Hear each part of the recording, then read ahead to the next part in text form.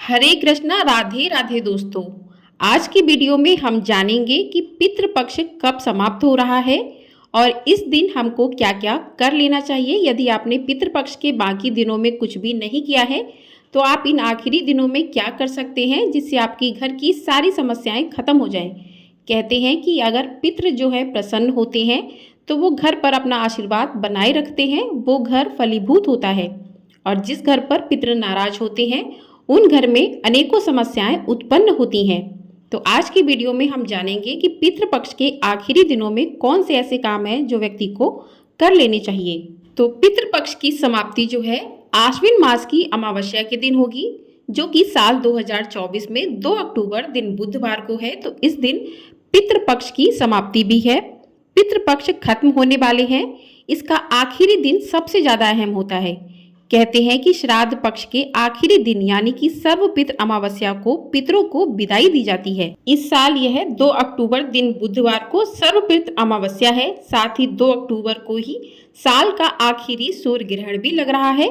ऐसे में इस साल की सर्वपितृ अमावस्या और भी खास हो गई है।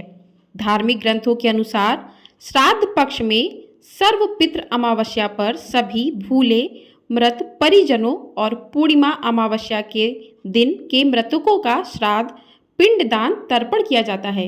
यदि आप किसी का भी पिंडदान या तर्पण करना भूल गए हैं तो आप इस दिन आखिरी दिन अमावस्या के दिन कर सकते हैं, या फिर आपको जिनकी तिथियां नहीं याद है उनका भी आप इस दिन तर्पण कर सकते हैं। मान्यता है कि भूले बिसरे पितरों का इस दिन श्राद्ध करना चाहिए और इस दिन सभी पितर यहाँ अदृश्य रूप में मौजूद रहते हैं। साथ ही अच्छे कर्म करने वाले वंशजों को आशीर्वाद देकर पितृ लोक लौटते हैं। ऐसे पितरों की प्रसन्नता के लिए गरुड़ पुराण में सर्वपितृ अमावस्या के दिन 5 उपाय बताए गए हैं। तो अमावस्या के ये उपाय पितरों का आशीर्वाद पाने में सहायक होते हैं और इससे धन दौलत से घर भर जाता है। हालांकि यह सूर्य ग्रहण भारत में दिखाई नहीं देने के कारण इसका सूतक काल भारत में मान्य नहीं होगा। सर्वपितृ अमावस्या पर श्राद्ध, तर्पण, पिंडदान आदि अनुष्ठानों पर भी कोई असर नहीं पड़ेगा। वैसे तो साल की सभी अमावस्या पितरों को समर्पित होती हैं, लेकिन आश्विन मास की अमावस्या विशेष होती है। आश्विन अमावस्या पितृपक्ष का आखिरी दिन होता है, इसलिए इसे सर्वपितृ अमावस्या भी कहते हैं। पितृपक्ष की अमावस्या के दिन ज्ञात अज्ञात और जिन पितरों की मृत्यु की तिथि पता ना हो तो उनका श्राद्ध तर्पण किया जाता है। आइए अब जानते हैं कि इस दिन कौन से उपाय करने चाहिए। तो कब है सर्वपितृ अमावस्या? हिंदू पंचांग के अनुसार अमावस्या तिथि का आरंभ 1 अक्टूबर को रात 9:40 पर होगा और इसका समापन 2 अक्टूबर को मध्यरात्रि 2:19 पर होगा। तो ऐसे में सर्वपितृ अमावस्या 2 अक्टूबर को मनाई जाएगी। सूर्य ग्रहण जो कि 1 अक्टूबर को रात में 9:40 पर आरंभ हो जाएगा और रात में 2 अक्टूबर की मध्यरात्रि 3:17 पर सूर्य ग्रहण जो है समाप्त हो जाएगा। तो ऐसे में सर्वपितृ अमावस्या पर लगने वाला सूर्य ग्रहण भारत में अदृश्य रहने वाला है। साथ ही 2 अक्टूबर सुबह होने से पहले ही सूर्य ग्रहण समाप्त हो जाएगा। भारत में ग्रहण अदृश्य होने के कारण इसका सूतक काल भी मान्य नहीं होगा।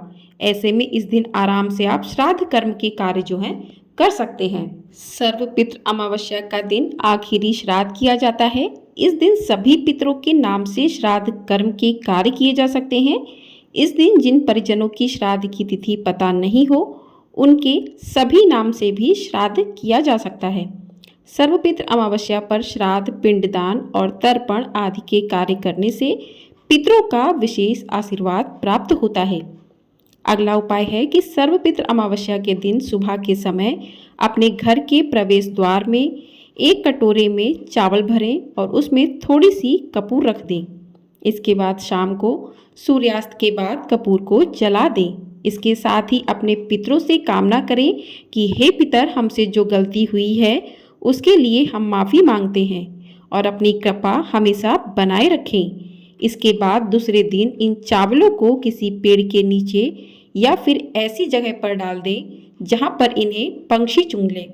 माना जाता है कि ऐसा करने से आपके जीवन का एक नया अध्याय शुरू हो जाता है। अब जानते हैं कि तर्पण किस प्रकार से करना चाहिए इस दिन। तो जल में काले तिल, जौ, कुशा, सफ़ेद फूल मिलाकर तर्पण किया जाता है। पिंड बनाने के बाद हाथ में कुशा, जौ, काला तिल, अक्षत व जल लेकर संकल्प करें। इसके बाद इस मंत्र को पढ़ें। ओम अध श्रुति स्मृति पुराणोक्त सर्व सांसारिक सुख समृद्धि प्राप्ति चा वंश वृद्धि हेतव देवर्षि मनुष्य पितृ तर्पणम चा अहम करिष्ये। तो इस मंत्र का जाप करते हुए आप तर्पण करें। दूसरा उपाय है कि पिंड दान दें। तो चावल को गलाकर कम से कम 3 पिंड पूर्वजों के नाम के बनाते हैं, पिता, दादा और दादा के पिता। पिता जिंदा हैं तो दादा और दादा के पिता और उनके पिता के नाम के पिंड बनाकर उनका विधिवत रूप से अर्पण कर जल में विसर्जन करते हैं। इसके अंतर्गत गाय, कौए, कुत्ते, चींटी, मछली, वृक्ष और देवताओं को अन्न और जल अर्पित करते हैं। ब्राह्मणों को भोजन अगर नहीं करा सकते तो आप जमाई, भांजे, मामा, नाती और कुल खानदान के सभी लोगों को अच्छे से पेट भरकर भोजन खिलाकर दक्षिणा जरूर दें। उसके बाद है तीसरा उपाय कि पंचवली कर्म गरुड़ पुराण के अनुसार सर्वपितृ अमावस्या के दिन श्राद्ध करें और श्राद्ध ना कर सके तो पंचवली कर्म यानी गौवली, श्वानवली, काकवली, देवादिवली और पिपली कादिवली कर्म जरूर करें। इन सभी के लिए विशेष मंत्र बोलते हुए भोजन सामग्री निकाल कर रखें। आखिर में चींटियों के लिए भोजन सामग्री पत्ते पर निकालने के बाद ही ब्राह्मण के लिए भोजन परोसें। साथ ही जमाई, भांजे, मामा, नाती और कुल खानदान के सभी लोगों को अच्छे से पेट भरकर भोजन जरूर कराएं। चौथा उपाय है गीता या गरुड़ पुराण का पाठ।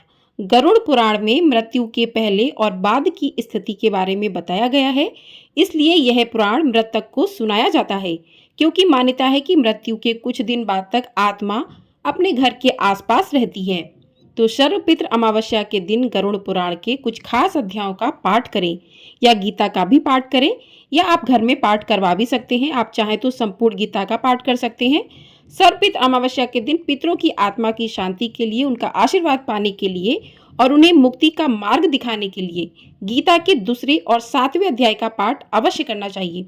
तो आपको हमारे चैनल पर गीता का 7वां और दूसरा अध्याय जो है सुनने को मिलेगा, उसको वो वीडियो आप लोग अवश्य देखिएगा। 5वां उपाय है दान कर्म करना चाहिए। तो इस दिन गरीबों को आप यथाशक्ति दान देना चाहिए। यह कुछ भी हो सकता है, जैसे छाता दान कर सकते हैं आप, जूते चप्पल दान कर सकते हैं, पलंग दान कर सकते हैं, कंबल, सिरहाना, दर्पण, कंगा, टोपी, औषध, भूमि दान, भवन दान, धान्य दान, तिल दान, वस्त्र दान, स्वर्ण दान, घृत दान, नमक दान, गुड़ दान, रजन दान, अन्न दान, विद्या दान, अभय दान और धन दान आदि। तो पितृपक्ष के दौरान जो है भोजन, अन्नदान, वस्त्रदान और भूमि दान का विशेष महत्व माना गया है। तो पितृपक्ष के दौरान जो है अन्नदान आपको अवश्य करना चाहिए, वस्त्रों का दान आपको अवश्य करना चाहिए। आप दक्षिणा का दान भी कर सकते हैं अपनी यथाशक्ति के अनुसार। तो इस प्रकार से पितृपक्ष के दौरान दान का विशेष महत्व माना गया है। 16 ब्राह्मणों को भोजन कराना चाहिए। तो अगर 16 ब्राह्मण नहीं आपको मिल पाते हैं तो 5 ब्राह्मण को तो कराना ही चाहिए। तो सर्वपितृ अमावस्या पर पंचवली कर्म के साथ बटुक ब्राह्मण भोजन कराया जाता है। बटुक यानी वे बच्चे जो वेद अध्ययन कर रहे हों या ब्राह्मण के छोटे बच्चों को भोजन कराया जाता है। इस दिन सभी को अच्छे से पेट भर भोजन खिलाकर दक्षिणा दी जाती है। ब्राह्मण का निर्वेसनी होना जरूरी है और ब्राह्मण नहीं है तो अपने ही रिश्तेदारों के निर्वेसनी और शाकाहारी लोगों को भोजन कराएं। ब्राह्मण नहीं मिले तो भांजा, जमाई या मित्र को भी आप भोजन करा सकते हैं। सर्वपितृ अमावस्या पर गरुड़ पुराण का पाठ। गरुड़ पुराण में मृत्यु के पहले और बाद की स्थिति के बारे में बताया गया है, इसलिए यह पुराण जो है मृतक को सुनाया जाता है।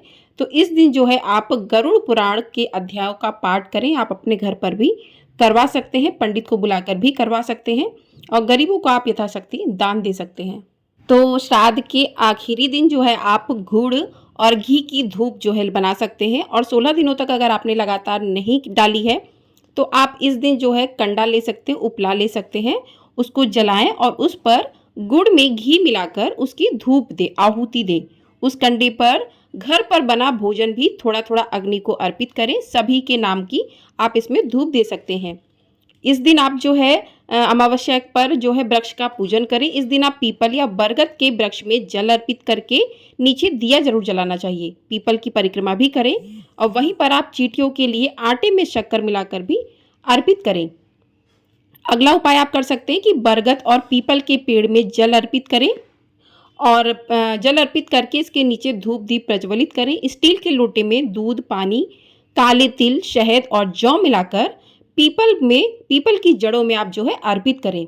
उसके बाद अगला उपाय है अमान्न दान। श्राद्ध में जो लोग भोजन कराने में असक्षम होते हैं, उपरोक्त दान नहीं दे सकते, तो वे अमान्न दान देते हैं। अमान्न दान अर्थात अन्न, घी, गुड़, नमक आदि भोजन में प्रयुक्त होने वाली वस्तुएं इच्छा अनुसार मात्रा में दी जाती हैं। अगला उपाय है कि इस दिन आप पितृदेव अरमेया की पूजा के साथ ही इस दिन श्री हरि विष्णु, यमदेव और चित्रगुप्त की पूजा भी कर सकते हैं। काव्य, बांडनल, सोम, अरमेया और यम, ये 4 पितरों की जमात के मुख्य गण प्रधान होते हैं। इस दिन आप हनुमान चालीसा का भी पाठ कर सकते हैं। ऐसा करने से घर परिवार में कभी भी संकट नहीं आता है। इस दिन आप जो है दीप अवश्य जलाएं। दक्षिण दिशा में पितरों के निमित्त जो है आप 2, 5, 11, 16 दीपक जरूर जलाएं। आप अपनी गैलरी में भी जला सकते हैं। आप प्रतिदिन पीपल के पेड़ के पास भी दीपक जलाकर पितरों की मुक्ति हेतु प्रार्थना कर सकते हैं। यदि आपने ये सभी कार्य जो है नहीं किए हैं तो आप जो है आखिरी दिन आप इस कार्यों को कर सकते हैं। कहते हैं कि जिन भी पितरों का श्राद्ध, तर्पण यदि आप भूल गए हैं तो अमावस्या तिथि पर ये सभी कार्य करके आप पितरों का आशीर्वाद प्राप्त कर सकते हैं। तो इस दिन आप जो भी आहुति देंगे गुड़ और घी की मिलाकर, तो जब तक वो जलती रहे तब तक आप जो है ओम पितृ देवताभ्यो नमः इस मंत्र का जाप करते हुए आपको आहुति देनी है। इस मंत्र का आपको जाप करना है। अगला उपाय है कि देश में श्राद्ध पक्ष के लिए लगभग 55 स्थानों को महत्वपूर्ण माना गया है। इसमें से उज्जैन मध्य प्रदेश में जो कि है, लोहानगर राजस्थान में है, प्रयाग उत्तर प्रदेश में है, हरिद्वार उत्तराखंड में है, पिंडारक गुजरात, नासिक महाराष्ट्र में है, गया बिहार में है, ब्रह्म कपाल उत्तराखंड में है, मेघंकर महाराष्ट्र में है, लक्ष्मण बाण कर्नाटक, पुष्कर राजस्थान, काशी जो है उत्तर प्रदेश को प्रमुख माना जाता है। तो इन जगहों पर जो है आप अपने पितरों का जो है पिंड दान कर सकते हैं। कहते हैं कि यहाँ पर आप एक बार जाकर पूरी तरीके से पिंड जो है, जो भी पितर हैं आपके, सारे पितरों का पिंडदान वहाँ जाकर कर देना चाहिए। तो इससे आपके पितर जो है वो प्रसन्न हो जाते हैं और उनको मोक्ष की प्राप्ति हो जाती है। अगला उपाय है प्रायश्चित कर्म। शास्त्रों में जो है मृत्यु के बाद और्ध दैहिक संस्कार, पिंडदान, तर्पण, श्राद्ध, एकादशाह, शपिंडीकरण, औषादि निर्णय, कर्म विपाक आदि के द्वारा पापों के विधान का प्रायश्चित कहा गया है। तो श्राद्ध का समय जो होता है, श्राद्ध करने का समय तुरूप काल बताया गया है, अर्थात 12 से लेकर 3 बजे के मध्य। तो इस समय में ही श्राद्ध के कार्य किए जाते हैं। जो भी श्राद्ध तर्पण के कार्य हैं वो इसी समय में किए जाते हैं। तो इस बात का भी आपको विशेष रूप से ध्यान रखना है। प्रातः एवं सायंकाल जो है श्राद्ध निषेध कहा गया है। सुनिश्चित कुतप काल में धूप देकर पितरों को तृप्त करें। इस समय में तर्पण, पिंडदान, पूजन और धूप जो है आप दे सकते हैं। तो इस प्रकार से ये कुछ उपाय थे जो आप श्राद्ध के आखिरी दिनों में कर सकते हैं और अपने जो भी आपके पितर हैं उनका आशीर्वाद प्राप्त कर सकते हैं। कहते हैं कि जिस घर पे पितर प्रसन्न होते हैं उस घर को आशीर्वाद देते हैं और वो घर जो है फलीभूत होता है, उस घर में तरक्की होती है, सुख समृद्धि आती है। लेकिन जिस घर से पितर नाराज होते हैं उस घर में बहुत सारी समस्याएं उत्पन्न होने लगती हैं, उनके घर में बीमारियां आने लगती हैं, संतान उत्पत्ति की समस्या बढ़ जाती है। तो पितर अगर नाराज होते हैं तो वो घर जो है फलीभूत नहीं होता है। तो इसलिए आप अपने इन 16 दिन जो है इसीलिए बनाए गए हैं कि आपके जो पितर होते हैं वो धरती लोक के लिए छोड़ दिए जाते हैं और आखिरी दिन जो है वो वापस पितृलोक चले जाते हैं। तो वो भी देखते हैं कि हमारे जो भी हमारे अपने स्वजन हैं उन्होंने हमारे लिए क्या किया है। आप श्रद्धा से जो कुछ भी करें उसे श्राद्ध कहा जाता है। तो आप श्रद्धा से जितना भी आपके पास है, आप जरूरी नहीं बहुत सारा अन्न दान करें, बहुत ब्राह्मणों को भोजन कराएं, आप एक ब्राह्मण को भी बुलाकर भोजन करा सकते हैं अपनी श्रद्धा के अनुसार। पिंड आपकी श्रद्धा देखते हैं, जो भी आपके पितर होते हैं वो आपकी श्रद्धा देखते हैं कि हमारे स्वजन ने इतनी श्रद्धा भाव से हमारे लिए कुछ किया है।